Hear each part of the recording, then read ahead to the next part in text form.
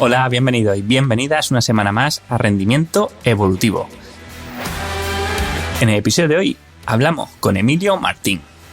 Emilio ha sido 2 veces campeón del mundo de duatlón y tiene una historia muy inspiradora.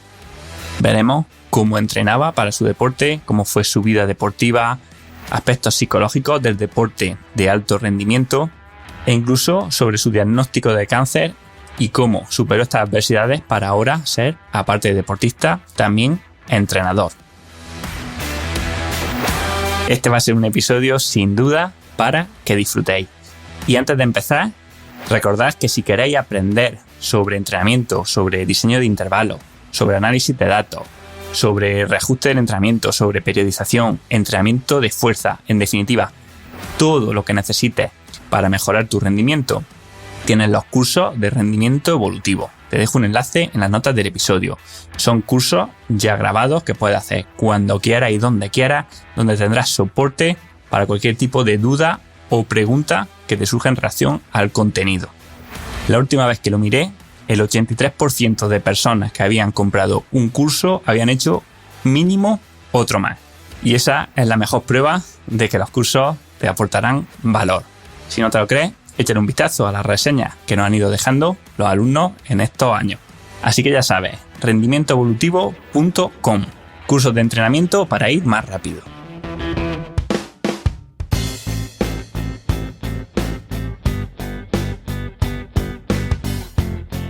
Hola Emilio, bienvenido a Rendimiento Evolutivo. Hola, muy buenas, ¿qué tal? Pues nada, encantado de tenerte por aquí. No sé cómo presentarte porque creo que eres el duatleta más, por lo menos el español más exitoso de la historia, no sé, a nivel mundial. Doble campeón del mundo de duatlón, campeón de Europa. Bueno, la verdad que un palmarés impresionante, y aquí siempre hablo de ciclismo, pero el duatlón es un deporte hermano y la verdad que nunca había tenido un duatleta y bueno, que es mejor que hacerlo con el más importante. Pero bueno, me gustaría preguntarte a ti primero, porque iremos viendo al final tu faceta o tu historia a lo largo de tu carrera deportiva y posterior. Y me gustaría preguntarte primero, ¿cómo llegas, Emilio, al duatlón? O sea, ¿empezaste directamente ahí? ¿Empezaste en otro deporte y decidiste combinarlo? No, yo empecé con el duatlón a los 29 años. Yo venía ya rebotado del atletismo. Yo fui atleta de 1500 durante varios años. Llegué a hacer una marca de 3.39 en 1500, 7.59 en 3000 en pista cubierta, conseguí hacer también. Pero al final eso es un nivel de segundo nivel, por decirlo de alguna manera, a nivel nacional. Y yo veía que invertía mucho tiempo en el deporte y tenía poca recompensa. Aparte, mis estudios los estaba dejando de lado y eso era una cosa que en un principio no me preocupaba, pero que en ese momento, cuando decidí el cambio, ya sí me estaba preocupando y quería que era el momento de hacer un cambio en mi vida. Y yo siempre he sido un aficionado al ciclismo, un puro aficionado al ciclismo. Yo tengo recuerdos, yo soy del año 82 y yo tengo recuerdos, no recuerdos muy, muy lúcidos, pero sí vagos recuerdos de ver etapas del Tour de Francia de aquel entonces, de ver cómo Perico Delgado competía con el Reynolds, de Raúl Alcaraz, el mexicano, con el PDM, creo que se llamaba el equipo. O sea, son recuerdos vagos, pero que con 6-7 años yo veía ya etapas del Tour de Francia. Lo que pasa es que, bueno, el miedo a la bici que tenía mi madre me lo transmitió un poco y eso hizo que, bueno, poquito a poco me fuera alejando de la bici y me dedicara a correr, que también me encantaba. Pero ya te digo, en ese momento vi la oportunidad de poder mantener mi pasión, que por aquel entonces era correr, con mi otra pasión, en cuanto a deporte se refiere, que era la bici. Coño, sí que había un deporte que combinaba los dos. Así que creo que el camino era fácil. Además, también yo ya había conocido el triatlón años anteriores y es un mundo que me apasionaba. Lo que pasa es que mi nivel de natación era malísimo, entonces sabía que el triatlón no podía hacerlo a un nivel alto en cuanto a competición se refiere, pero el duatlón sí que podía hacerlo, que no era el objetivo, cuando entré. El objetivo era pasármelo bien, disfrutar, darle un cambio a mi vida. Lo que pasa es que, bueno, los resultados tardaron un poco en llegar y me vi envuelto en una dinámica que no tenía planteada. ¿Y en el duatlón llegas a ser profesional y vivir solo de ello o lo tienes que compaginar con otros deportes, con otros trabajos? Yo lo compaginaba con una época con monitor de atletismo y después también, bueno, pues con los entrenamientos. Yo desde que estaba terminando la carrera empecé a coger a algunos deportistas, no a muchos, porque tampoco quería nunca involucrarme mucho en ese sentido, porque tampoco me quedaba mucho tiempo para implicarme bien. Entonces, para hacer mal un trabajo prefería no hacerlo. Pero sí que es verdad que es algo que me gustaba y que lo compaginaba. Pero no era una cuestión económica. A mí mi fuente de ingresos principal venía por el duatlón y hubiera podido vivir perfectamente de ello. Es verdad que al ser un deporte poco valorado, poco reconocido, era complicado. O sea, yo todos los finales de año era una lucha constante buscando patrocinios de cara al año siguiente. Yo, de hecho, empezaba alguna temporada, la he empezado con una previsión de ingresos para el año siguiente de 0 euros. Pasa que, bueno, al final confías en tu proyecto, porque al final es un proyecto personal que te lo creas tú porque no hay una estructura detrás profesional. Y yo confiaba en mi proyecto y vi una oportunidad también de dedicarme a aquello que me gustaba durante unos años, porque estaba claro que esto tenía fecha de caducidad, pero creo que tenía esa oportunidad y tenía esa suerte, que no todo el mundo puede decirlo y puede hacerlo. ¿Cuántas personas hoy día pueden decir que su medio de vida, su trabajo sea su hobby y su pasión? Creo que, por desgracia, poca gente. Exactamente, es una oportunidad que o la coges o ya no vuelve. Totalmente. Yo no me he hecho rico con esto, ni mucho menos. Yo he ganado un buen sueldo durante los años que me he estado dedicando, que me han permitido tener unos ciertos ahorros para cuando me retirara, poder poner en marcha mi proyecto laboral y poco más, ¿eh? O sea, pero bueno, a mí me compensaba personalmente, ¿eh? El dinero me preocupaba lo justo y necesario. Mientras tuviera para poder ir tirando, con eso me valía. Genial. Para los que somos un poco profanos en la materia, me gustaría preguntarte cómo son las competiciones de duatlón y qué modalidades hay. O sea, cómo son por ejemplo, de distancia, cómo se alterna la carrera y el ciclismo. Pues el duatlón básicamente es correr, bici y correr. Después la distancia reina, por decirlo de alguna manera, era la distancia mal llamada olímpica o distancia estándar, que eran 10 kilómetros de bici, perdón, 10 kilómetros corriendo, 40 de bici, 5 corriendo. Después estaba la distancia sprint, que poco a poco le está comiendo el terreno a la distancia estándar y de hecho ya incluso los campeonatos del mundo, que era la última competición que quedaba que se hacía como distancia estándar, ya también se hace sobre distancia sprint. Y después está la larga distancia.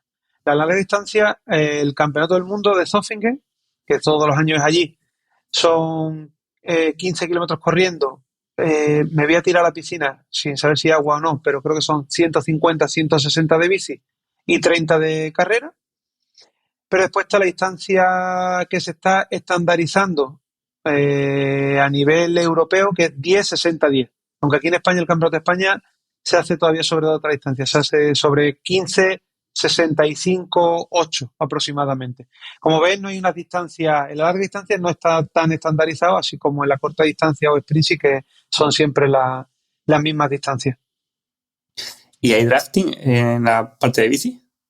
En la corta distancia sí, en la larga distancia no. Después, en grupo de edad, cambia la cosa. Grupo de edad que sería los máster o aficionados extrapolándolo al ciclismo. Bueno, aficionados serían más los máster extrapolándolo al ciclismo. Ahí sí que en distancia sprint, en campeonatos internacionales o campeonatos de España, sí hay drafting. En la distancia olímpica no hay drafting.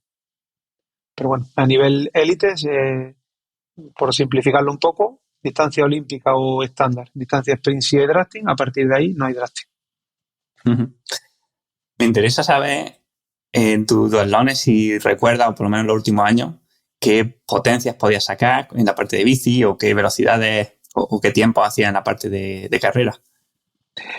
Pues mira, ya por último, en distancia estándar, el primer 10.000 solíamos correrlo. Ten en cuenta que el triatlón, todavía incluso hoy día, tiene una problemática, si queremos llamarlo así, en cuanto a que las distancias son distancias estándares, pero que no son oficiales. O sea, no son circuitos homologados 100%.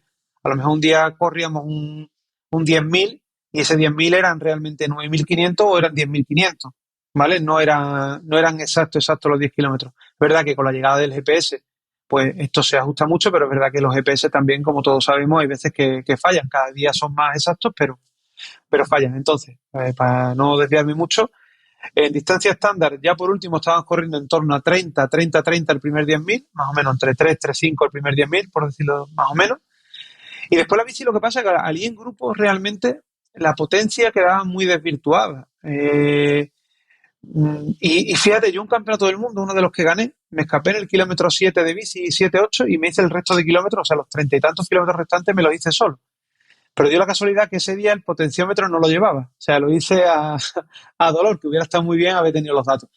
Yo calculo más o menos que una potencia, una bici fuerte y podríamos mover en torno a lo mejor una potencia normalizada de 350, 360 vatios aproximadamente durante la hora que duraba el segmento ciclista, porque normalmente son circuitos rápidos, por norma también poco técnico, aunque últimamente se están metiendo algo más tendencia a circuitos un poco más técnicos, pero con poca dureza. Al final ten en cuenta que son circuitos urbanos y muchas veces las ciudades pues son ciudades planas y tampoco hay, y si hay algo de dureza pues suele ser un repecho de unos 300, 400 metros como mucho y poco más. Y yo recuerdo un campeonato del mundo que de segundo en Pentington, que nos escapamos en bici en el kilómetro 20 y tanto, 30, y allí, por ejemplo, los relevos, cuando yo daba los relevos eran a 400 pocos vatios. O sea, nos escapa un francés y yo, y esos son los vatios que tienes que mover. Cuando vas a ruedas, lógicamente bajan, pero entiendo que él, no le pregunté, pero seguramente los vatios que íbamos moviendo eran parecidos a los míos cuando él le tocaba dar su relevo. O sea, no teníamos un nivel de profesional de ciclismo, pero creo que estaríamos cerca. Tanto en ciclismo como en carrera a pie son tiempos muy buenos, sobre todo teniendo en cuenta que hay que hacer los dos a la vez, que no es solamente Claro, un día. O sea, es que son cosas, es muy diferente. Además, hay mucha gente que cometía el error, bajo mi punto de vista, gente que venía del atletismo o que venía del ciclismo, que lo que hacía era diferenciar deporte como en 3 segmentos. Y al final, el duatlón no deja de ser una carrera que tiene un punto A y un punto, o sea, un punto A de salida y un punto B de llegada. Y lo que pasa en medio es importante de cara al resultado final, que tú corras mucho de manera aislada y que andes en bici de manera aislada también no significa que tengas que ser un buen duatleta. Por norma lo vas a ser, sí, pero no tiene por qué serlo. Yo conozco casos de duatletas que eran muy buenos corredores, muy buenos ciclistas, pero después cuando combinaban se convertían en unos duatletas de un nivel medio alto, pero no eran grandes duatletas. qué bueno. Me interesa llevar esto también a la parte del entrenamiento, por ejemplo, o sea, por ejemplo, cuando corrías, ¿no? ¿Cómo ajustabas la distribución de tiempo en cada deporte? O sea, ¿en qué porcentaje dirías que hacías bici, en qué porcentaje carrera? Y también si hacías sesiones donde haces las dos cosas, o sea, seguidas, ¿no? De decir, bien, voy a correr y justo después voy a hacer bici o viceversa.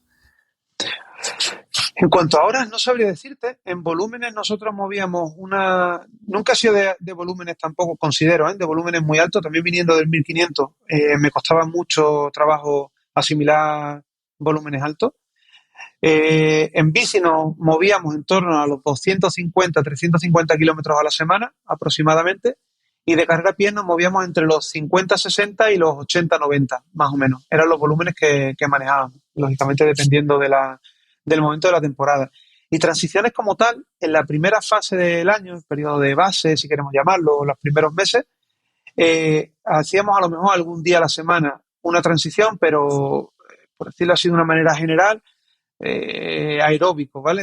Aeróbica. Era una bici cómoda seguida de un rodaje a pie cómodo. Transiciones específicas con ritmo de competición y demás como tal, no los hacíamos ya hasta un periodo, justo el periodo antes del periodo competitivo. E incluso en el periodo competitivo sí depende de lo que utilicemos, cómo definamos el periodo, cómo queramos definirlo, ¿no? Pero cuando entramos en el periodo de competición, desde a lo mejor Campeonato de España o primeros duatlones importantes hasta Campeonato de España, Campeonato de Europa o Campeonato del Mundo, porque no tenemos una fecha fija definida, ¿vale? El Campeonato del Mundo un año podía ser en mayo y otro año podía ser en septiembre. Entonces, a lo mejor ya había un periodo de unos 2 meses en los que ahí, aparte de competiciones, metíamos entrenamientos de transiciones ya muy específicos, trabajando ritmos de competición tanto en carrera a pie como en bici y por encima del ritmo de competición también. ¿Y trabajo de gimnasio de fuerza hacíais? Pues mira, el trabajo de gimnasio, hacíamos un trabajo de gimnasio muy general, ¿vale? Trabajo de muchas repeticiones, con cargas ligeras y sinceramente, o sea, trabajo, te hablo de gimnasio puro y duro, ¿eh? Sinceramente he sido un mal pupilo en ese aspecto, porque a mí el gimnasio no me ha gustado nunca. Y hay una cosa, Manu, que yo cuando terminé del atletismo terminé muy quemado. Y yo cuando empecé con el duatlón tenía una premisa que después no cumplía al 100%, que era que yo no iba a hacer nada que a mí no me gustara hacer. Yo iba a hacer duatlón como hobby, independientemente de que, vamos, lógicamente de lo que no sabía lo que se me iba a venir, pero incluso ya habiendo sido campeón de España y siendo campeón del mundo, yo seguía con esa premisa. Después es verdad que al final te tienes que tragar un poco tus palabras y pasar un poco por el aro. Y el gimnasio pues lo pisaba, pero lo pisaba, si mi entrenador me ponía, ¿qué te digo yo? 8 sesiones mensuales de fuerza, por así decirlo, así de manera general, yo hacía 3, 4 como mucho. Después la fuerza lo que pasa es que se puede trabajar de muchas maneras.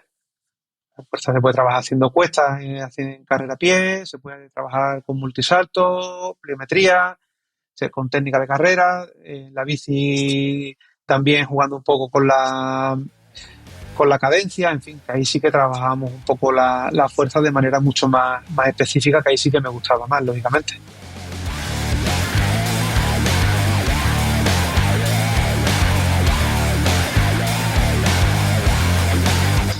Exactamente. Al final, todo lo que sea fuerza máxima no tiene por qué ser en el gimnasio, es desarrollo de la fuerza.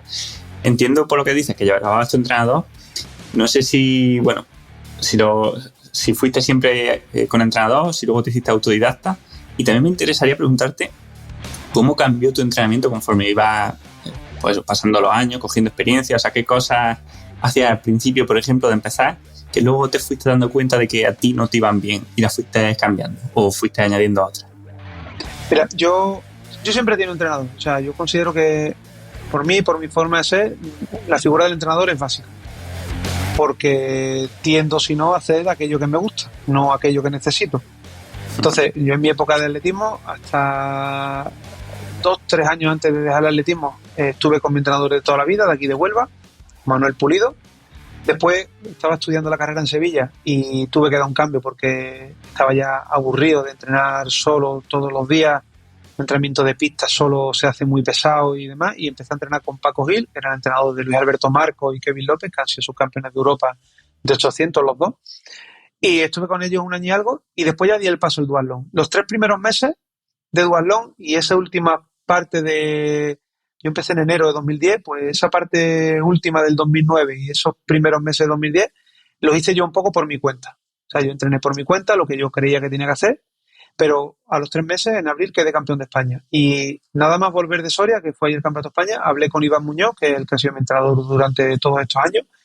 Le planteé la posibilidad de entrenarme y desde entonces, yo creo en mayo ya estábamos entrenando juntos y hasta en septiembre de 2022 que me retiré, he estado siempre a sus órdenes, haciendo lo que él me decía. Es verdad que al final, pues yo soy una persona que llevo haciendo deporte de manera estructurada desde que tengo 12, 13, 14 años, una persona que me gusta leer sobre entrenamiento, que tengo una licenciatura, entonces claro, yo le opino y le comento, pero normalmente no le discuto nada, o sea, hago lo que él me decía. Nosotros cuando empezamos, claro, había que entender que por aquel entonces campeonatos de España y campeonatos internacionales se hacían sobre distancia estándar, y yo venía de una prueba de 1500 que duraba 4 minutos. Pasamos de una prueba que dura 4 minutos a una prueba que dura aproximadamente 2 horas. El cambio es drástico. Entonces, había que hacer una adaptación, pero no podíamos hacer una adaptación en un mes o en 2 meses. El cambio fue muy progresivo. Yo el cambio, sobre todo, más grande que vi fue, fíjate lo que te digo, que me llamó mucho la atención, en el calentamiento de carrera a pie sobre todo. Nosotros al principio hacíamos un calentamiento pues, de 15, 20, 25 minutos, lo que he hecho siempre. Cuando llevaba entrenando con él ya 2 años, el calentamiento para un día de series en pista era, o en pista o en campo, era de hasta de 40 minutos. O sea, yo hacía 10 kilómetros de calentamiento. Claro, había que hacer una adaptación a ese volumen o ese volumen que te exigía la propia prueba. Lógicamente, después las series también. Ten en cuenta que cuando vienes de 1500, sobre todo el periodo precompetitivo y demás, pues son series súper cortas, a intensidades muy, muy altas, y aquí cambia totalmente la película. Yo, a lo mejor en un periodo precompetitivo, cuando hacía 1500, pues hablamos de hacer, ¿qué te digo yo? 4 series de 1000. Me lo estoy inventando, ¿vale? Pero que muy parecido. empezando la más lenta a 2,40 y la más rápida a 2,30 el kilómetro, y ahora pasa a hacer, pues no sé, 8 de 1000, donde el ritmo medio es 2,55, 2,50, 3 minutos, más o menos rondas esos márgenes. En uno la recuperación eran de 4 o 5 minutos y en el otro la recuperación era de minuto, minuto 15. Entonces cambia mucho la película. Pero bueno, al final había que adaptarse y después había que meter, lógicamente, el componente de bici, que yo la bici la había tocado de manera esporádica entre temporada y temporada de atletismo, y a lo mejor las primeras semanas de preparación de la pretemporada mi entrenador me dejaba coger la bici en vez de hacer la doble sesión corriendo por la mañana, y corriendo por la tarde, me dejaba hacer la sesión de mañana con la bici, pero eso me lo dejaba hacer durante 2 o 3 semanas. A partir de ahí, sobre entrenamiento cruzado, a mi entrenador de toda la vida no le entraba en la cabeza. ¿Y siempre hacías doble sesión? En atletismo, ya en mis últimos años sí. O sea, a partir de que tenía 20, 21 años, de categoría sub-23, sí que metía doble sesión, pero metía 3, 4 días a la semana. Yo más de 4 días a la semana no toleraba la carga de entrenamiento. No he sido capaz nunca de tolerar tanto volumen de entrenamiento. Después con el duatlón sí que he sido capaz de tolerar más, pero porque la bici es mucho más agradecida en ese sentido. La sobrecarga muscular que te produce la bici no es la que te produce la carrera a pie por el impacto, la fatiga que se produce no tiene nada que ver. Y en duatlón sí es verdad. Mira, en atletismo yo podía meter hasta 10 sesiones como mucho a la semana, y eran momentos muy puntuales, de media eran unas 9, y en duatlón sí había muchas semanas de 13 sesiones a la semana. Yo desde mi perspectiva como ciclista me costaría tanto hacer doble sesión, o sea, eso de entrenar por la mañana y en vez de desconectar por la tarde, tenés que volver a entrenar y estar todo el día pensando en el entrenamiento, me parece como súper duro, ¿no? Por lo menos psicológicamente. Se hace duro, en algunos momentos de la temporada se hace duro. Mira, cuando nació mi segundo hijo, mi hija Martina, ella nació en febrero, mi mujer tuvo la baja maternal y cuando se incorporaba era en verano, y ella todavía no estaba en la guardería, lógicamente, y mi hijo en el mes de agosto, no tenía ningún campus de verano ni nada. Entonces yo muchas veces lo que hacía era, entrenaba a las 7 de la mañana la primera sesión, y después a media mañana, si el clima lo permitía, porque al final vivimos en Andalucía y en esta época del verano, pues por ejemplo como hoy que hace mucho calor, pero si el clima me lo permitía, yo dejaba a los niños con mi suegra y entrenaba a media mañana. Había un descanso, no era quizás el idóneo, pero era el que yo me podía permitir para poder tener la tarde libre. Y lo agradecía mucho, porque después tenía el resto del día libre para desconectar totalmente de lo que era entrenamiento. Pero al final, en mi día a día, después cuando empezábamos con la dinámica de call y demás, ya se complicaba un poco más y volvía otra vez al otro. Y es verdad que se hace pesado en algunos momentos. Pero bueno, al final, Manu, yo entendía que era mi trabajo, que era una cosa que tenía que hacer. No todos los días eran súper felices y iba encantado de la vida a entrenar, pero sí es verdad que la mayoría de veces sí que era así. Uh-huh.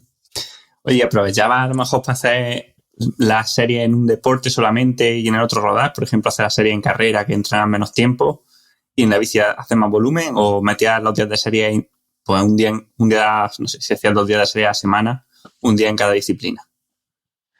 Metíamos 4 días de series a la semana, 2 de cada. O sea, el entrenamiento era potente, por norma, no todas las semanas.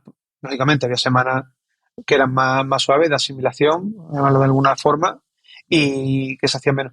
Normalmente, cuando hacía series en bici, no hacía series corriendo ese día y viceversa. Aunque es verdad que había días que buscábamos eso, en el que hacíamos series por la mañana de bici y series a pie por la tarde, o al revés, según organizativamente me viniera a mí mejor. Es verdad que lo idóneo era hacer primero el de bici y después el de carrera, pero había veces que lo tenía que hacer al revés. Pero esos eran momentos muy puntuales, porque a mí eso me fatigaba muchísimo y después me dejaba un par de días bastante tocado, y en los que incluso me costaba cumplir con el entrenamiento, aunque fuera suave.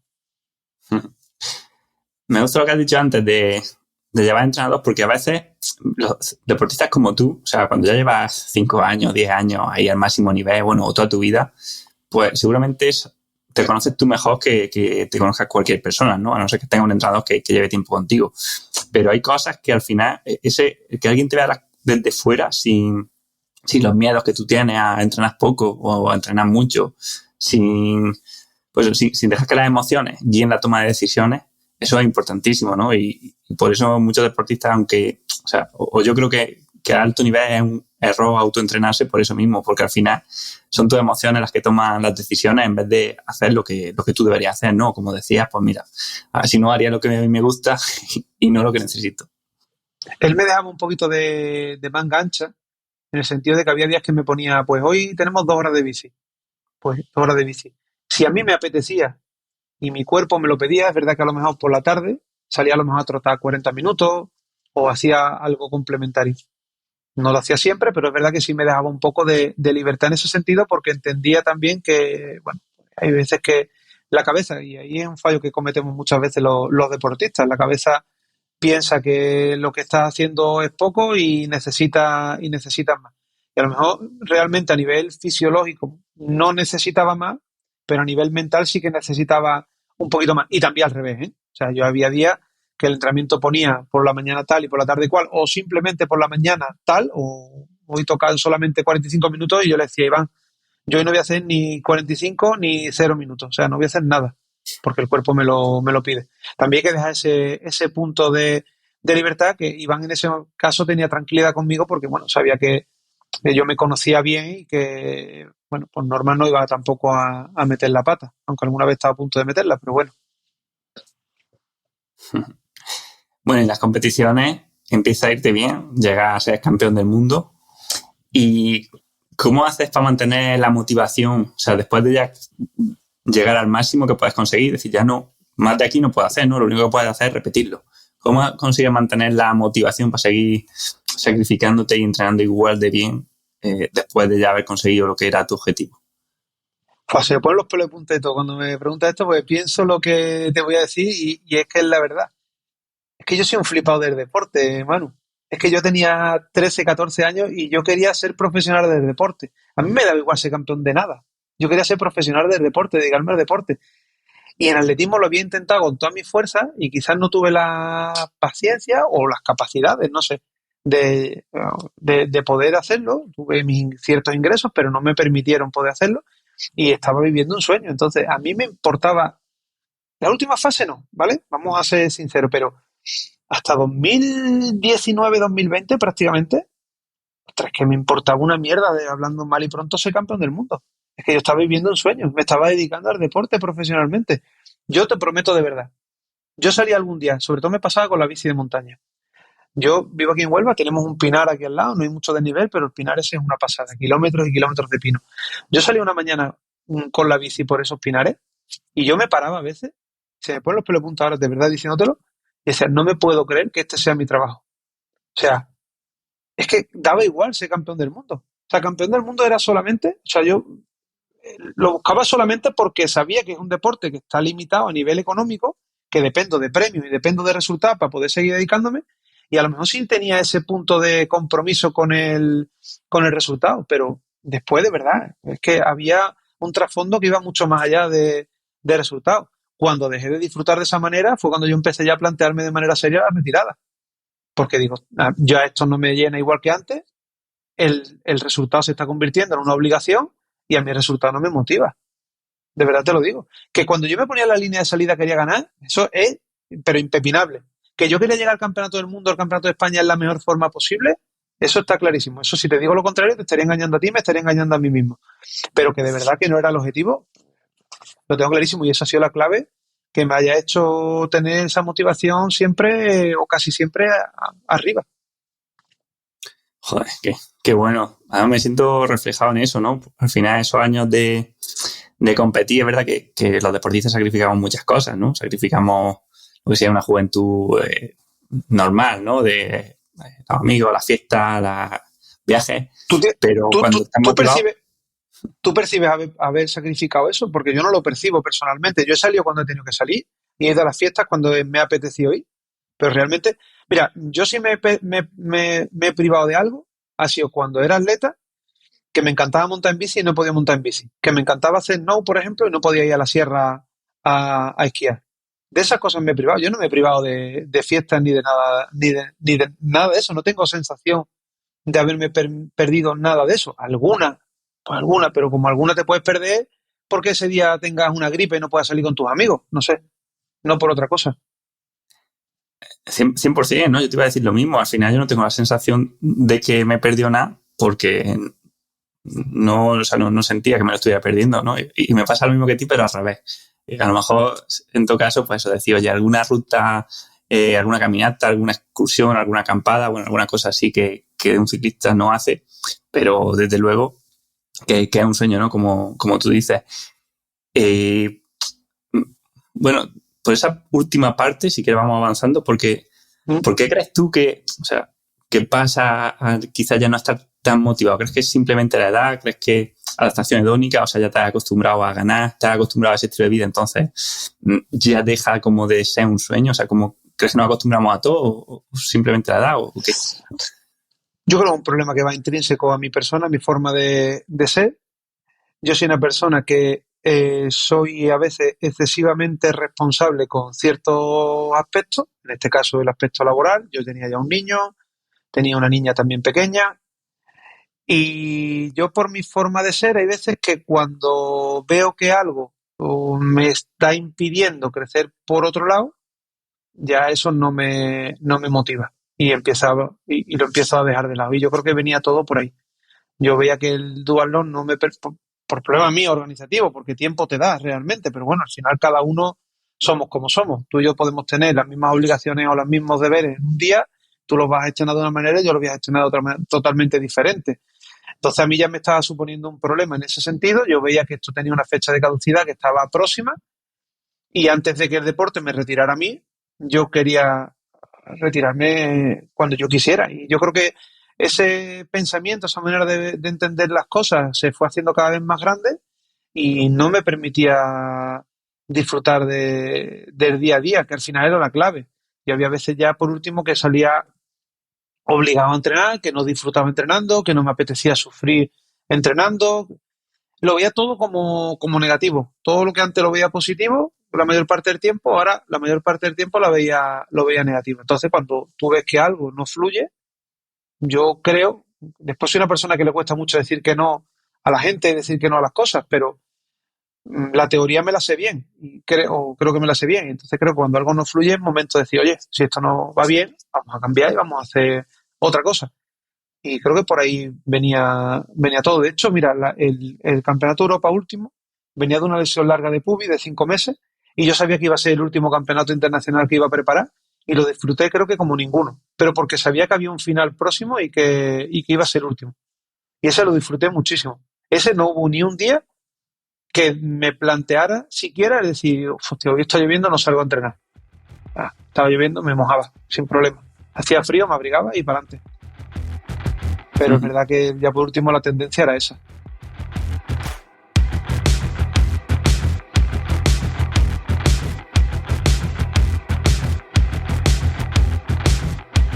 ¿Tú crees que con el éxito cambiaste de alguna forma también no sé, la forma de hablar con la gente? O sea, lo típico que se dice, ¿tú crees que el éxito se sube al final a la cabeza, sí o sí, o no tiene por qué? ¿Qué es el éxito, Manu? Bueno, el éxito en cuanto a ser el mejor en tu deporte, ¿no? Entiendo los periodistas o la gente, ¿no? Por Instagram o por donde sea, te diga, oye, qué bueno eres, firmas un autógrafo, eres el mejor. No, porque yo no entiendo por éxito que el éxito sea ganar un campeonato del mundo, ni ganar un campeonato de Europa, ni ganar tantos campeonatos de España. Lógicamente, yo estoy súper orgulloso de lo que he conseguido, ¿eh? Eso está claro. Sería un hipócrita si te dijera otra cosa. Pero yo no me puedo creer que soy mejor que nadie porque haya ganado una carrera que se llama Campeonato del Mundo. Sería un imbécil por mi parte si pensara eso. Hablamos antes, ¿no? De empezar a grabar esto. Por tu podcast han pasado gente que son eminencias dentro del campo del entrenamiento, que saben muchísimo. ¿Soy yo mejor que esas personas? O escuchas un podcast, yo qué sé, de algún médico o yo mismo que he pasado por el cáncer. Voy a ser yo más que cualquiera, que el cirujano que me operó. Soy yo más importante que esa persona, ni muchísimo menos. Yo nunca me he creído más que nadie por haber ganado X carrera, ya me sé campeonatos del mundo, campeonatos de España, No lo he hecho nunca. Si lo he hecho en algún momento dado, no ha sido mi intención, ni mucho menos. Yo siempre he tratado a todo el mundo por igual, independientemente de lo que esa persona sea en su ámbito laboral. Además, me ha dado muchísima rabia cuando al final, mira, practicamos deporte que tenemos la suerte y nos permiten poder codearnos con los mejores del mundo. O sea, tú te sales hoy por la sierra y puedes entrenar, pues yo qué sé, hoy, ahora mismo no, porque estás en el Tour de Francia, pero con los mejores ciclistas del mundo y tratarlos de tú a tú. Y yo entrenaba en una pista de atletismo con atletas que eran campeones de Europa. Y a mí me reventaba, te lo prometo de verdad, por dentro, cuando una persona que era campeona de Europa trataba mal a otro por el simple hecho de ser un tío de un nivel bajo deportivamente hablando. Tío, que esa persona, quizá en otro ámbito de la vida, te pega a ti 20.000 vueltas. ¿Quién eres tú para tratar a esa persona de esa manera? A mí eso me parecía fortísimo. Y aparte, tío, que mi padre ha trabajado toda la vida levantándose a las 5 de la mañana pegando camionazos por ahí. ¿Quién soy yo para creerme más que nadie por haber ganado un campeonato de lo que sea? Que va, que va. Ni muchísimo menos. Para mí el éxito es otra cosa diferente y no pienso que no vamos a tampoco a, como te digo, a querer vender lo que no es, ¿no? Está claro que lo que he conseguido está muy bien y sí es un éxito deportivo, pero para mí no es importante. O sea, no me da derecho a tratar a nadie o a mirar a nadie por encima del hombro por eso. Qué bueno. Bueno, pasamos si quieres, porque es una cosa, ¿no? Que al final tiene que ser durísima. Y es que, bueno, creo que fue en 2023, bueno, corrígeme si me equivoco, pero te detectan un cáncer. ¿Cómo es esa sensación de ser una persona sana, deportista de toda la vida, que te digan, oye, tienes cáncer, ¿no? Además, con el miedo que le tenemos a esa palabra, porque no sabes, o sea, es decir, inventarla y ya decir, hostia, ¿qué va a pasar? De hecho, he estado en un acto de la Asociación Española contra el Cáncer de aquí de Huelva y la presidenta hablar y no sé capaz de decir la palabra. Y yo le dije, dilo que es cáncer, que no pasa nada. O sea, que es verdad que nos da mucho miedo. Nos da mucho miedo porque al final, hoy día, por suerte, creo que la enfermedad, lógicamente, hay casos y casos. Pero un cáncer hoy día no tiene nada que ver con un cáncer hace 10 años, ni hace 20 años, ni hace 30 años. Hoy día la tasa de superación es bastante más alta. Y yo he tenido la suerte también, dentro de la mala suerte de haber padecido cáncer, que mi cáncer pues se ha curado bien, ha sido todo un proceso duro, difícil, pero que ha ido todo sobre ruedas. La verdad que es duro, porque es lo que tú dices, tras que yo he sido deportista toda mi vida, que llevo una vida más o menos sana, al final la alimentación, el entrenamiento, todo eso que hablan o que está tan de moda hoy día, ¿no? De que el deporte es uno de los mejores preventivos contra las enfermedades y contra el cáncer, precisamente. Y dices, ostras, me toca a mí, pero es que ahí hay un componente también genético, ambiental o de lo que sea, que al final hace que no estemos exentos. Es duro, es duro porque te trastoca la vida totalmente, te hace plantearte cosas que a lo mejor antes no te planteabas. Aunque yo he tenido momentos también duros. Yo en 2009 murió mi mejor amigo en un accidente de moto. Hoy está aquí. A la media hora me llaman que mi amigo ha muerto. O sea, y, y eso te marca. Mi cuñado falleció en 2013 también. El hermano de mi mujer. Entonces yo he tenido experiencias en la vida, creo que tempranas, con la muerte. Entonces eso ya te va haciéndote, bueno, pues a la idea de que o te va llenando el terreno, por decirlo de alguna forma, ¿vale?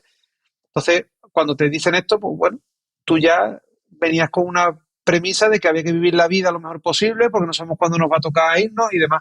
Pero bueno, aún así es complicado. Complicado porque tienes que pasar por un quirófano 6 horas, una recuperación, unas pruebas previas también, con incertidumbre. Ay, me han quitado medio hígado, realmente. Tengo una cicatriz ahí en el estómago que todavía a día de hoy me incomoda bastante. Pero bueno, al final todo ha ido bien dentro de lo malo. El tratamiento, menos en las últimas semanas, creo que fue bien y en algún momento dado también que me provocó muchas heridas en las manos y los pies, pero también está totalmente recuperado. No sé, yo, Manu, ha sido una época complicada, pero yo creo que lo he gestionado bien y bueno, estoy aquí para poder contarlo. Así que, guay. ¿Y qué cosas te replanteas? O sea, cuando te pasa eso, ¿qué cosas de la vida dices, oye, mira, tenía que haber hecho esto o a partir de ahora quiero que mi vida cambie de esta forma? Yo soy una persona que vive mucho en el futuro y en el pasado también. Me cuesta vivir en el presente. Y sobre todo eso es algo que yo tengo claro que quiero cambiar, pero que todavía un año después de haberme operado no soy capaz de hacerlo al 100%. La teoría me la conozco, creo que perfectamente. Pasa que la práctica después cuesta un poco más, pero estoy en ello. Sobre todo eso, en vivir el hoy y no vivir el mañana, porque el mañana no sabemos si va a llegar. Tenemos que vivir el presente y y tenemos que preocuparnos por las cosas que podemos cambiar ahora. Yo no me puedo, ¿de qué me sirve a mí preocuparme de lo que vaya a pasar dentro de 2, 3 años? De nada, porque es que a lo mejor dentro de 2, 3 años, eso que me preocupa, ya no por una cosa mala, sino porque la vida vaya fluctuando por un lado o por otro y no pase. Entonces, eso es el mayor aprendizaje que me llevo de todo esto y aunque ya te digo, no soy todavía capaz de hacerlo al 100%, ni a un 50%, pero todo mi trabajo a nivel mental y psicológico va por ahí. Intentar no preocuparme tanto por cosas que han pasado o que pueden pasar, sino más por lo que está pasando ahora mismo. Y también por aquellas cosas que yo puedo controlar, porque hay veces que nos preocupamos por cosas que se nos escapan de nuestro alcance.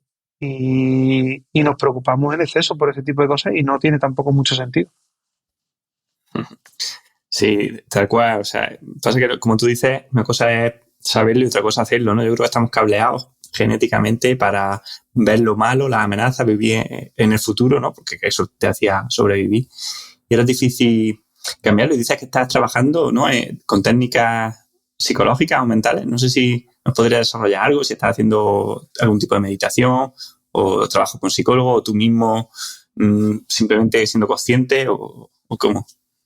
Yo estoy yendo a una psicóloga durante varios meses para que me ayudara un poco en este sentido, pero ahora mismo es una cuestión, un ejercicio mío personal. Es verdad que ella te da unas pautas, también lee.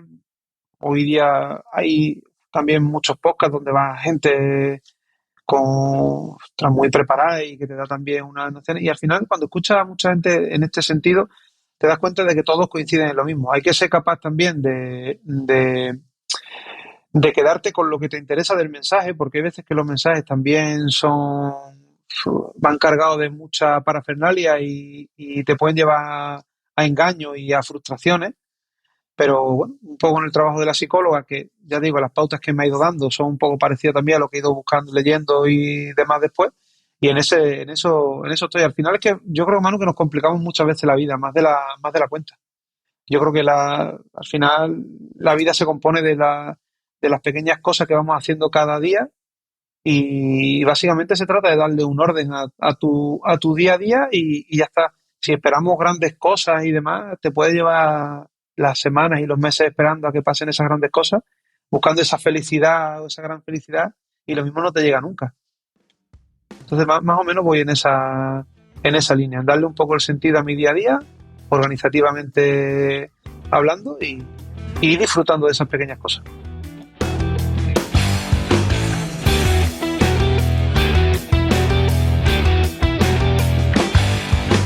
Cambiando de tercio, quiero enfocar la última parte de la entrevista en tu faceta como entrenador. Y por lo que veo, tú ya lo tenías esto decidido de mucho antes, ¿no? Ya te habías formado para ser, entrenando gente mientras competías y sobre todo pensando, ¿no? A la retirada, ser entrenador.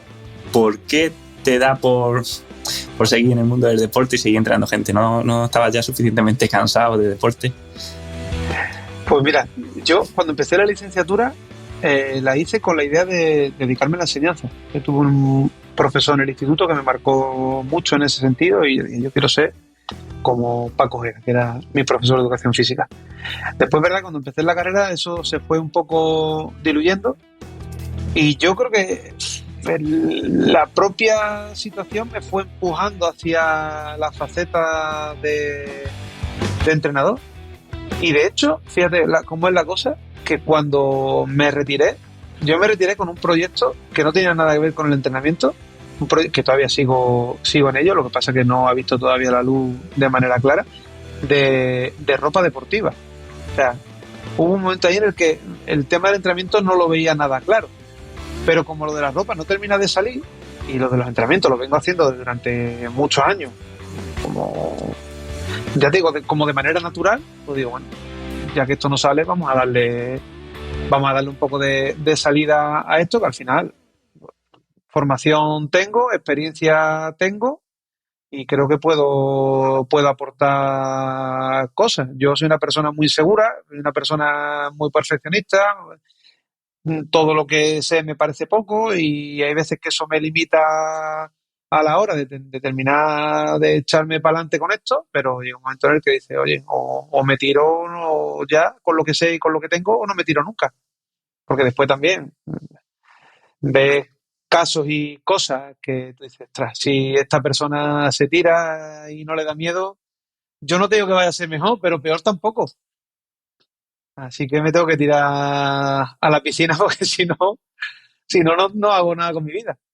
Y en esa estoy. Es verdad que me gusta, ¿eh? También te digo. Me gusta porque al final, tras la sensación sobre todo cuando, tú lo sabrás mejor que yo, que llevas también muchos años con esto y llevas más gente que yo y en este mundo del entrenamiento, cuando hay gente que confía plenamente en lo que tú le pones en el S, en el Training Peaks o donde sea, cumple con ese entrenamiento, no te voy a decir al 100% porque eso es casi imposible, ver al 90% y después le sale el resultado que tiene previsto, o sea, eso es una sensación, no te voy a decir a lo mejor, igual que cuando uno gana una carrera o cuando uno cumple su propio objetivo, pero muy parecida. El otro día, sin ir más lejos, Sergio Correa fue campeón de España de duatlón cross, que llevamos un año complicado. Y al final, como si el duatlón tiene poca repercusión, el duatlón cross menos todavía. Tuve que ver resultados en Instagram. Cuando abrí el Instagram de la Federación Española y vi que había ganado campeón de España, pegué un bote allí que no vea, como si hubiera ganado yo casi. Sí, sí, tal cual. Al final, cuando se consiguen los objetivos, es un trabajo que es muy agradable cuando trabajas con personas también que te lo agradecen, ¿no? Ya no solo en el mundo de la competición, sino que a veces incluso en salud, en hábitos. O sea, hay mucha gente que está súper agradecida y no porque compita, sino, oye, pues que me ha hecho estar mejor mentalmente o a nivel de salud, más motivado. O sea, son un montón de cosas, ¿no? Y al final tenemos un trabajo súper positivo para la sociedad, aunque a los políticos todavía no lo vean, ¿no? Y nos traten así como si fuese un capricho. Los políticos creo que lo ven, pero no terminan de dar paso. Yo creo que cada día somos más conscientes de que el deporte es básico, no solo a nivel social o sino a nivel de salud. Pero yo no sé si es que el coste es demasiado alto o que realmente hay un interés detrás oculto que no sepamos o lo que sea, pero conscientes somos, ¿eh? Y los políticos lo son también. No, los políticos no son tontos. A veces se lo hacen, pero tontos no son. Bueno, imagino que la sociedad todavía entonces tampoco lo pide, ¿no? O sea, no les basta ganar las elecciones, imagino, de un momento. Posiblemente vaya por ahí a lo mejor más la historia. Sí, pero bueno, la verdad que eso, me gusta lo que dices y sobre todo ese miedo a empezar es bueno, eso es que sabes lo que no sabes, ¿no? O sea, yo creo que nunca vamos a tener todas las respuestas y es sano el saber que tienes dudas para no cometer errores, ¿no? Para no cagarla, para no ser iatrogenia, ¿no? Poner dietas, programas de entrenamiento o mandar medicamentos o hacer cosas que tú, creyéndote que sabes, lo que estás jodiendo a la persona, ¿no? Entonces esa incertidumbre positiva siempre, claro, que no te impide actuar, porque idiotas convencidos hay muchísimos. O sea, ¿cuántos hay que no saben, que están, saber el gráfico este de Dunning-Kruger, ¿no? Que cuando sabes muy poco, te crees que sabes mucho. ¿Cuánta gente hay así que se cree que sabe mucho y se mete a hacer entrenamiento y genera un montón de problemas que, claro, que encima no se puede pedir responsabilidades muchas veces, pero que estaría bien que se hiciera. Estaría bien, pero como es tan complicado también poder después ir a pedir responsabilidades, pues al final, digo, estamos en un mundo que en este sentido es complicado, ¿eh? Es complicado porque, y hoy día más, o sea, era complicado antes. Antes, yo qué sé, tú te ibas a cualquier sitio y no sé, el monitor de atletismo, el monitor de no sé qué, te ponía la dieta, te daba el masaje, te ponía el entrenamiento y demás. Pero es que hoy día no está solamente este perfil que sigue estando, sino que hoy día cualquiera con un teléfono puede crearse un perfil en Instagram, en no sé qué, y decir que soy entrenador porque he corrido el 10K en 33 minutos. Y como yo lo corrí en 33 minutos, que está muy bien, pues yo ya tengo los conocimientos y la capacidad de poder entrenarte. Y la gente, como esa persona corrió rápido, pues, ostras, pues entreno con él. Y yo muchas veces cuando veo esto, digo, ostras, digo, yo soy licenciado, llevo entrenando de manera sistemática desde que tengo 13, 14 años y tengo 42, o sea, hace más de casi 30 años ya. He hecho cursos, he hecho formaciones, veo y me da miedo todavía poner unos números y unas letras ahí en Training Peaks porque puedo fastidiar a la persona y viene aquí este tío o esta tía y no tiene ningún reparo a la hora de hacerlo. Bueno, al final algo contra lo que tenemos que luchar, pero que tampoco puede impedirnos y limitarnos más de lo que ya lo hacen, porque si no estamos perdidos. Al final, yo creo que cada uno tenemos que intentar poner sobre la mesa aquello que sabemos y aquello que controlamos y ya está, y para adelante. El que quiera confiar en nosotros que confíe y quien no quiera confiar pues está en su derecho de no hacerlo.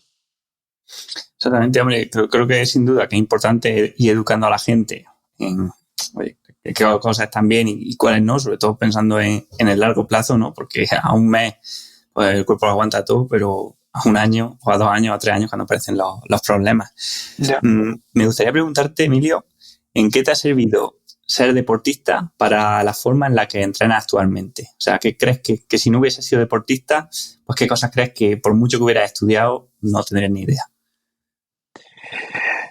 Pues, a ver, ¿deportista te refieres a deportista de alto nivel o deportista como tal? Porque al final puede ser a lo mejor diferente. Bueno, deportista no tiene que ser de alto nivel, pero sí que entrena a alto nivel, porque hay cosas, Sí. que una cosa es salir en bici de los domingos, ¿vale? Que pues, seguro que aprendes cosas. Pero ya cuando tienes tu presión de esforzarte al máximo, de querer conseguir el máximo rendimiento, ¿sabes? De llevarte al punto de sobreentrenamiento, ahí aprendes otras cosas, ¿no? Que eso no lo vas a aprender solamente porque salgas en Sí. bici con los domingos. Pero al final, cuando el deportista o la deportista viene a decirte, oye, pues he hecho esta serie y he tenido estas sensaciones, o he hecho este rodaje y me he encontrado así, tú ya sabes lo que te va a decir porque tú ya has pasado por ahí previamente. Entonces, eso te ayuda mucho a tener una visión más global todavía, porque tú conoces, o sea, sabes a nivel fisiológico, pues si tú pones un entrenamiento, sabes qué es lo que estás buscando, pero tú ya lo has vivenciado anteriormente, entonces creo que tienes ese conocimiento extra. También te digo una cosa, creo que hay casos, pero hay muy pocos casos de gente que sea entrenadores y no haya vivenciado previamente lo que es un entrenamiento. Creo que es difícil, no haberlo hecho antes. Yo ya te digo, yo por mi parte me permite eso, el saber que cuando estoy poniendo un entrenamiento, independientemente de que ese entrenamiento me lleve a trabajar una zona o algo concreto, yo sé lo que esa persona va a percibir con ese entrenamiento. Y sobre todo, más que el entrenamiento en sí como tal, a la hora de afrontar las competiciones.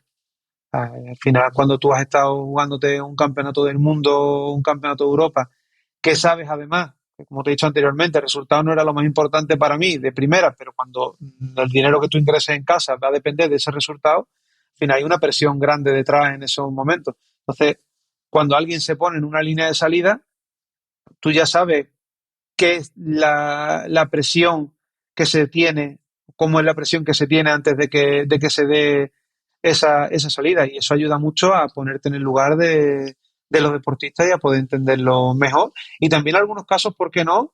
Es decir, oye, relaja que esto tiene la importancia justa y necesaria, que no se nos va la vida en esto hoy, porque al final, si algo he aprendido con el deporte, es que hay veces que nosotros mismos le damos más importancia a las cosas de las que realmente tienen. Yo, por ejemplo, Manu, aunque no me lo hayas preguntado, pero creo que va bien a lo mejor comentarlo en este momento. Yo cuando competía en atletismo me costaba muchas veces el trabajo conseguir resultados para el cual yo estaba entrenado, ¿no? Yo consideraba, porque al final tienes una experiencia previa de entrenamiento, tú sabes cuando haces este entrenamiento, tus resultados el tiempo que tú puedes hacer está en una horquilla de tiempo, ¿no? Y había veces que no me salía ese resultado, pero yo creo que era porque yo me agobiaba mucho con ese tiempo que tenía que conseguir. Y sin embargo, cuando he hecho duatlón, yo iba con una tranquilidad mucho mayor porque había relativizado mucho lo que era el resultado. Al final yo quedé campeón del mundo un día y como digo siempre, el día siguiente el sol salía por el mismo sitio y si en el mundo había 6.000 millones de personas, a 5.999.000 tantas personas le importaba un poco o nada que yo hubiera ganado un campeonato del mundo anteriormente. Entonces relativizas mucho las cosas y aprendes a darle la importancia justa. Y eso hace también que después acabes disfrutando mucho más de la competición. Y en ese sentido, pues yo creo que a los deportistas que o que entreno o que me piden consejo, que no necesariamente tienes por qué entrenarlo, pueden ser amigos, conocidos, lo que sea, que te pregunten, creo que lo puedes ayudar mucho en ese sentido. Pues sí, sí, tal cual. Yo también lo veo. Cuanto menos experiencia tiene una persona, o sea, cuando acaba de empezar con el ciclismo, más se obsesiona por pequeños detalles y suele hacerse incapaz de conseguir que el conjunto de todo lo que afecta a su rendimiento sea mejor, ¿no? Como que se centra mucho en una parte y no en el global. Pero también quiero hacer la pregunta contraria, o sea, ¿qué cosas hay que tú hicieses de joven o que tú vieses que hacían los deportistas por tradición, ¿no? Por práctica, y que luego estudiando, aprendiendo o trabajando con otro como entrenador, diga, ostras, esto creo que se hacía mal o esto no estaba bien y se hacía por tradición? Sobre todo, mmm, lo que hoy conocemos como tapering. O sea, esa última fase previa a las competiciones importantes, yo lo hacía fatal. Por mi ansia de querer llegar mejor a la competición, de llegar más fino, lo hacía muy mal. Entrenaba muy fuerte hasta 2, 3 días antes de la competición. No comía lo suficiente a veces por querer llegar con 1 kilo menos. Y al final te das cuenta que hay veces que es mejor llegar con 1 kilo más y habiendo comido bien, o con 2 kilos más, que tampoco pasa nada, y llegando descansado a la competición. Eso sobre todo es fundamental, básico. Yo me acuerdo cuando Iván me mandó el primer plan de entrenamiento, la primera competición importante que hice con él, que fue el Campeonato del Mundo de Gijón en 2011. Yo vi la semana y le dije, Iván, voy a perder el estado de forma, tío. Y me decía, no te preocupes. Y claro, tú dices, yo le estoy pagando a este tío X euros al mes, que para mí es un esfuerzo súper grande, no me voy a plantear, o sea, no voy a dudar ni un poquito, ya está, hago al pie de la letra lo que me pone. Y claro, tú haces al pie de la letra lo que te pone y sales a correr el sábado en el Campeonato del Mundo. Y después quedé el 19 porque hice el pardillo en la competición, pagué la novatada, pero mis sensaciones fueron brutales. Y tú dices, ostras, espérate, yo aquí hay algo que no he estado haciendo bien antes y que ahora sí que, ostras, este tío me está demostrando que las cosas hay que hacerlas de esta forma. Y sobre todo eso, ¿eh? Realmente. Después también, a mitad de año, yo he sido mucho, sobre todo cuando hacía atletismo, ¿eh? Hoy hay que hacer, ¿qué te digo yo? 8 de 1000 a 3:10, que es un ritmo fácil, en teoría. A 3:10 no, yo iba a 3 minutos. Si podía a 3 minutos, iba a 3 minutos. ¿Para qué iba a 3:10? Si podía a 3. Y después te das cuenta que es que hay que ir a 3:10. O bien para después poder ir a 3 minutos o porque realmente es el ritmo que hay que trabajar ese día y ya está, sin más. Y además me di cuenta que es una lucha perdida que tengo con la gente que entreno, con muchos, no con todos. Pero hay gente que le pones un entrenamiento, le dice 6:40 al 2000 o 300 vatios. Y sabes de sobra que para esa persona esos vatios son fáciles porque tú estás buscando una zona de trabajo, no quieres trabajar otra. Y además se lo especifica. Sé que puedes ir más rápido, pero toca trabajar esta zona y son estos vatios o son este ritmo. Y miras después el entrenamiento y dices, ya he ido a 330 vatios o ya he ido a 3:10 el kilómetro en vez de a 3:20. Y se lo explica, ¿eh? Dice, después, cuando estés fuerte en enero, en vez de en marzo, que sepa que gran parte de culpa la tienes tú. Pero bueno, hay gente que lo aprende, lo acepta y lo hace bien después y hay gente que no aprende nunca.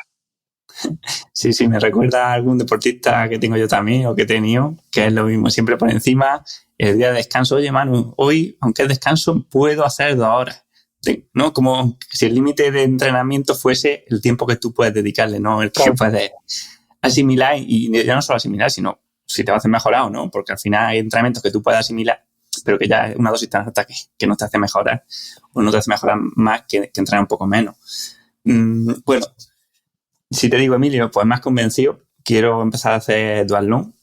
¿Cómo empiezo a entrenar? O sea, qué 3 consejos me darías específicamente para entrenar duatlón? Por ejemplo, para mí, viniendo del ciclismo. O sea, ¿qué 3 cosas me dirías? Oye, cambia estas 3 cosas. El primero, a ti a lo mejor no te lo diría, pero bueno, también, búscate un entrenador bueno, esa es la primera. Nada, fuera de coña, pues mira, sobre todo hay un problema que veo que se repite mucho con la gente que viene del ciclismo, y es que cuando empieza a correr hace volúmenes de carrera muy altos, porque está acostumbrado a hacer hora y media mínimo. El día que en bici menos de una hora y media no te montas en la bici, de 2 horas para arriba. Entonces, voy a correr, vale. ¿Cuánto has corrido?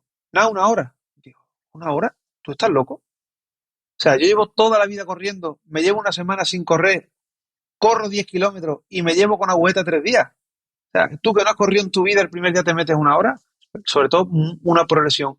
Pero progresión de verdad. Que los primeros días que salgas a correr, diga, yo esto que he hecho hoy no me ha servido para nada porque he hecho poquísimo. Sí, sí has hecho. No te quedes con esa sensación.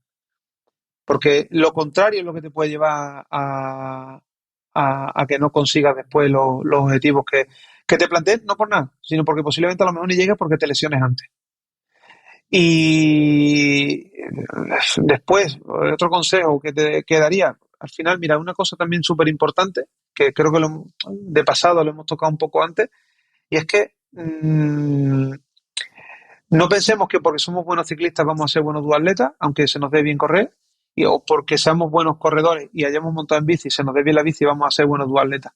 Yo creo que hay que empezar las cosas bien desde la base, con humildad y con tranquilidad, y que después el tiempo y los resultados sean los que te vayan llevando a tu sitio.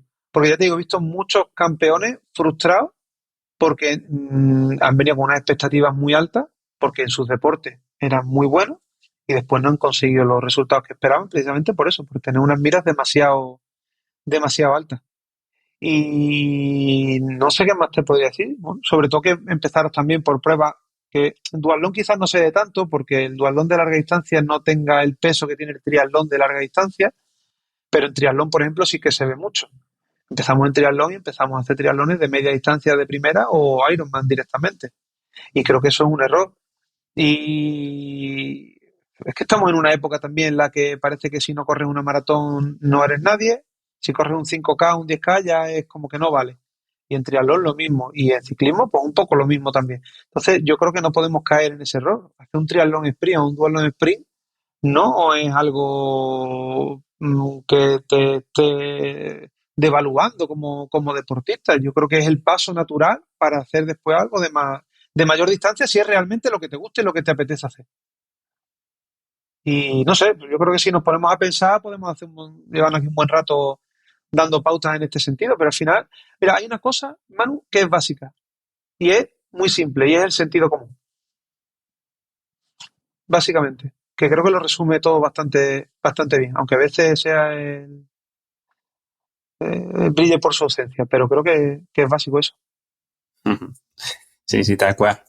No, decía que me gustaba eso que decías, ¿no? De que cada vez queremos correr pruebas más largas, ¿no? Cuando muchas veces es más difícil correr un poco más rápido un 10K que correr una maratón, ¿no? En 4 horas y media o en 5, que casi vas andando. Pero bueno, imagino que vivimos A en mí una sociedad me dieron una vez que me gustó mucho ese símil y por meterlo ahí, perdón que te corte, dice, no mata la bala, sino la velocidad a la que llega. Sí, sí. Solamente quería ser inciso, perdona. No, tal cual. No, y decía eso, que yo creo que es porque vivimos en la sociedad de Instagram, ¿no? De, oye, quiero hacer la maratón para decir, he hecho la maratón, para que la gente diga, ostras, has hecho una maratón. Pero si lo pienso yo por mí, oye, pues seguramente a lo mejor, si es por superación personal, más difícil es bajarle 5 minutos a un 10K bueno, que hacer una maratón en 5 horas, ¿no? Pero bueno, eso ya son filosofías, ¿no? Por Cosa de último, cada uno. Emilio, me gustaría preguntarte, ¿no? ¿Dónde te puede encontrar la gente? Quien quiera ponerse en contacto contigo o quien quiera saber más. Pues yo básicamente me muevo en Instagram, el perfil creo que puedes poner Emilio Martín Sale o Emi Duatlón, y en Facebook creo que también estoy. Y por ahí, a día de hoy, es por donde pueden contactar conmigo y ya a partir de ahí, si alguien está interesado en cualquier tema de lo que sea, pues le pasaría mi correo electrónico, mi teléfono, lo que sea, sin ningún problema. Genial. Pues nada, muchísimas gracias por tu tiempo y espero que no sea la última. Yo aquí encantado, cada vez que quieras, Manu, ya sabes. Encantado de estar aquí, para mí es un placer, ya te lo he dicho anteriormente. Tu podcast me parece de un nivel altísimo por la gente que invitas, y solo el hecho de que me haya dado la oportunidad de estar aquí hoy para mí es un placer y es un lujo.